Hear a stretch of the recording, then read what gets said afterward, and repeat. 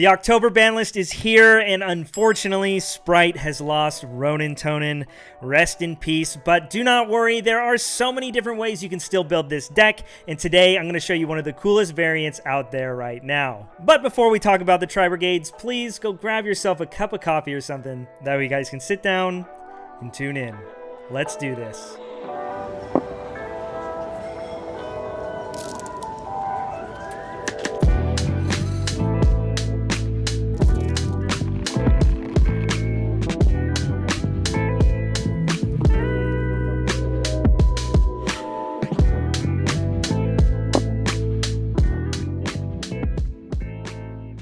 Alright, so before hopping into the profile, really quickly, I just wanted to shout out one of the best sponsors for this channel, Next Level Anime. In case you haven't heard me talk about them before, they are a really great apparel company. They make all kinds of custom hats, shirts, hoodies, you name it. And if you're as big an anime fan as me, make sure you go ahead and grab some gear yourself. Plus, if you use my code Cards&CoffeeTCG, you'll get 10% off your purchase.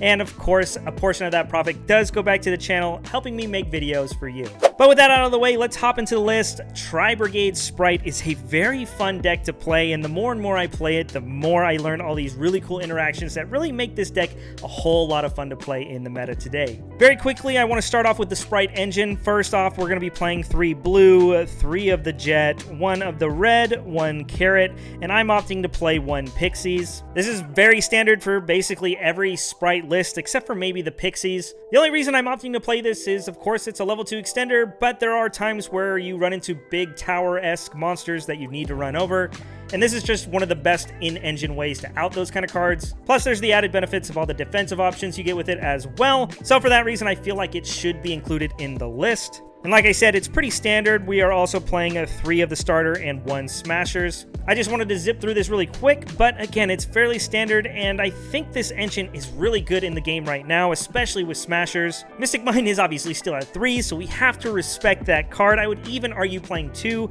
and there are some deck lists that I am playing it. But that being said, I think you need to play at least 1, but this is definitely one of my favorite cards for the Spright engine. Nothing too fancy for the Sprights. We're not playing any of the frogs, obviously. Now, moving on to our Tri-Brigade lineup, we are of course going to be playing 3 Fractal, one of the best starters for the deck, 3 of the Kit, which is your arguably best normal summon for the deck, 2 Karas, a great extender that also happens to be level 2, and really just needing the 2 copies of Nerval. Now, this is more of a Spright deck, so you don't need to max out on all these names, but for the reasons I just stated, Kit being the best starter, and of course Fractal being the best searcher for the deck, you want to max those out while putting the others at 2, because really you don't want those to clog your hands when you'd much rather see Spright cards. I think this is a great secondary engine for the deck, not only also being a good standalone engine, but it gives you access to some really great plays and some really great cards like Appaloosa and Revolt. Plus, going second, there's great lines to get into Access Code Talker, but one thing you do have to keep in mind is the Tri-Brigades will lock you into using Tri-types for link summons, so typically you want to go Spright combo first and then go the Tri-Brigades after, but as long as you can get that kind of sequencing down, this deck is honestly pretty straightforward. For the last kind of Tri-Brigade cards, we are playing 2 copies of Tenki. I don't know why this is at 2. We got the 1 Foolish Burial, primarily as a 4th copy, or I guess 6th copy when you count the Tenkis for the Fractal. And of course, the last card is the 1 Revolt. I have not picked up a secret rare, sadly, but hey, you know what? It still does the same thing, right? I think it's pretty straightforward to see that this deck can do some really cool things in the game today. Plus, having cards like Starter and Smashers set, and of course Revolt as well, this deck can play around Dark Ruler fairly easily, or at least it won't just auto-lose like the typical standard Spright boards with Toad and Elf. That's it really for the Tri-Brigade engine, nothing too fancy. Again, you could play more, but the last thing I want is to clog on the Tri-Brigades when really I'm trying to see the Spright cards. After that, we are playing a decent amount of hand traps rather than board breakers. I think hand traps are pretty decent right now. For the first hand trap, we are playing 3 copies of DD Crow. This is also one of the Tri-types and is searchable in the deck as well, so that's pretty dang cool. Obviously, Tealerment is staged to be one of the best decks in the format right now, so having a card like this is going to be very helpful in that matchup. And like I mentioned, having this synergy with the Tri-type and being searchable in the deck just makes it to where that matchup goes a little bit more in your favor. After the Crow, I'm playing 3 copies of Imperm. This, in my opinion, is one of the best hand traps right now. Imperm has just so many different applications, and I would argue it's way better than Ash Blossom right now. Plus, the fact that it doesn't play into Triple Tactics talents, and of course, it can't be called by the grave or negated with something like Appaloosa.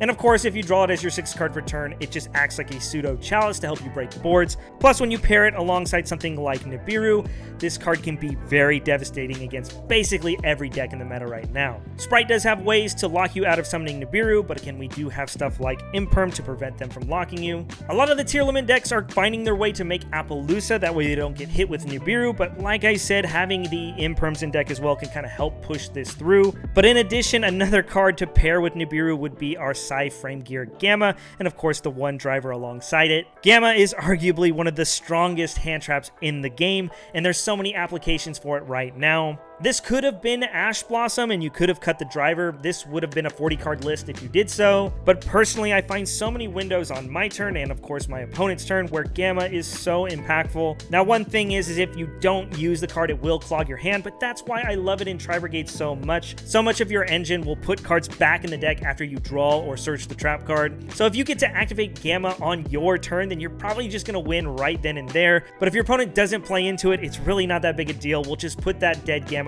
back in the deck once we search or draw something we need. For me, this is one of the strongest hand traps in the game, and the fact that this deck does not get punished too hard by its downside makes it to where it's an auto include in my eyes for this deck. For the last card in the deck is the one called by the grave. I think it's pretty straightforward. Another card that surprisingly was not banned, and for that reason, of course, we're going to be playing it. And like I mentioned, if you wanted to make this a solid 40, you could easily cut the Gamma package and just add Ash Blossom. That would easily get rid of the driver, and of course, 40 cards. Now, one quick note before we hop over to the extra deck, I just want to say that another include in your deck could be something like Forbidden Droplet. This deck has a lot of cards you really don't mind discarding, so this could be an easy include in your deck. Fairy Tale Snow is finally gone, so your opponent's not going to be able to dodge these kind of cards that easily. So many times you would try to negate something with Droplet, and then they would chain a tier limit trap card, and then in response they would chain their Snow, that way they can dodge the Droplet. It's pretty annoying, but since Snow is now gone, this card gets that much crazier in the meta today. Don't be surprised if you see other decks pivoting back to main decking this card. This card is obviously insane.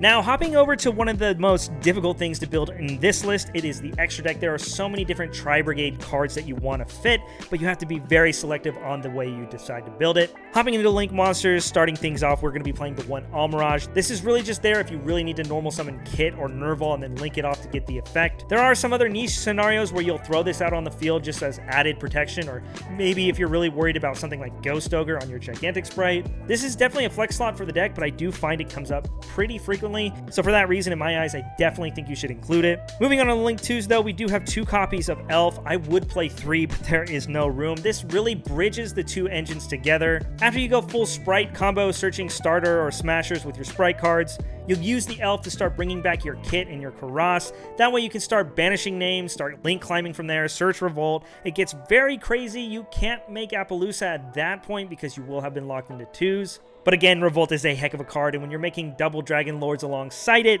it's very easy to see why this deck can get very crazy very fast. One card I've been experimenting with that I've seen a lot of players have really enjoyed is the one Pit Knight. More times than not, when you make this first turn, you try to put it in the center zone, and then when you go to use all your Link monsters, you try to occupy the leftmost zone. That way, when your opponent goes to the extra deck, they are obligated to use the zone that it points to, and of course, Pit Knight will negate whatever the heck they put there, especially in a Spright mirror match, because, well, negating an Elf is definitely something that's insane. After the Pit Knight, we are on to the Tri-Brigade stuff. We have the one Baron Blossom, and then of course the one Bear Broom. I really wish I could play more of these, or at least more of the Blossom, but again, you're more of a Spright deck, less of a Tri-Brigade deck, and while they are 100% staple, I think 1-in-1 is good enough. For the Tech Link 2 that we play, we have the one Double Dragon Lord, like I mentioned before. This card is very great, and there's so many cool tricks you can do with it, and of course, just bouncing cards is very good, especially against something like Tier Limits. Speaking of Tier Limits, one really great Link 3 is, of course, the Doom Eagle. Not only does it get really big if there's no monsters in your opponent's graveyard, but it is a quick effect where you can spin something from the grave back into the deck, which is just a great in-engine way to just make sure your opponent cannot resolve a Tier Limit effect. Anytime they activate Merly or Shyren or any of those names in the grave, just simply activate the effect, target the name that activated, put it back in the deck, and of course the effect will resolve without effect. That's pretty insane for an in-engine out to that deck. Moving on to the Link 4s, we have 2 of the Shurig. You could play 1, but I personally think this is one of the best cards in the extra deck, and there are times where if you don't have a lot of your Spright cards, it is good to burn one of these turn 1. That way you can search something like DD Crow first turn in the tier limit matchup. After that, of course, we have the auto kill button, the access code talker, and then my personal favorite in the extra deck is Appaloosa, helping insulate your first turn combo against Nibiru.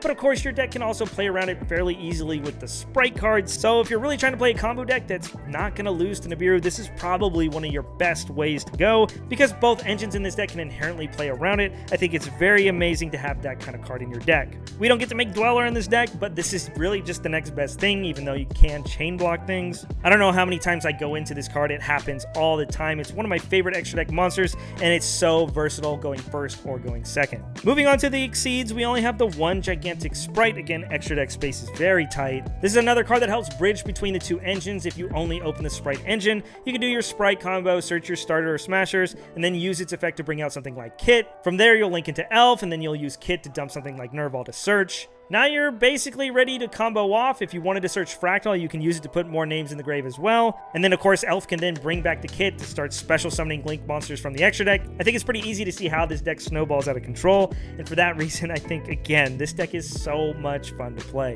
One of the tech Exceeds that I'm playing is the 1 Onimaru. There are a lot of times, especially since we main deck something like Nibiru, where there is just a big monster in front of you that you have to get over. We do have stuff like Shurig, but again, it's not always there and available to us. So having easy access to a rank 2 that can just deal with that and set up OTKs makes for a card that, in my eyes, has to be a staple in this deck. For the last card in the extra deck, we are playing the 1 Zeus with no downer. You could definitely fit it in. Maybe you want to cut a Shurig, or maybe you want to cut Appaloosa, or heck, even if you want, you can cut the Pit Knight. Like I said, I've been testing it. It's been pretty neat. But the reason I cut Downard is because Onimaru can use more than 2 monsters to make it, and more times than not, I'm actually in a situation where I need to shotgun the Zeus before downering beforehand. But again, that's all situational, so test it out yourself, see what works for you. If you feel like you need the downer, then 100% there is a lot of options you can go about cutting to make room for it. So that's going to wrap things up for today's deck profile. Please comment down below if you have any other spicy techs you want to include and let people know about in this deck. I've been having a lot of fun playing this deck, and the more I test it, the better it gets. So comment down below, what other variants have you guys been testing, because I know I have a bunch of them. Thanks for tuning in, but here's hoping to see you guys next time. Peace.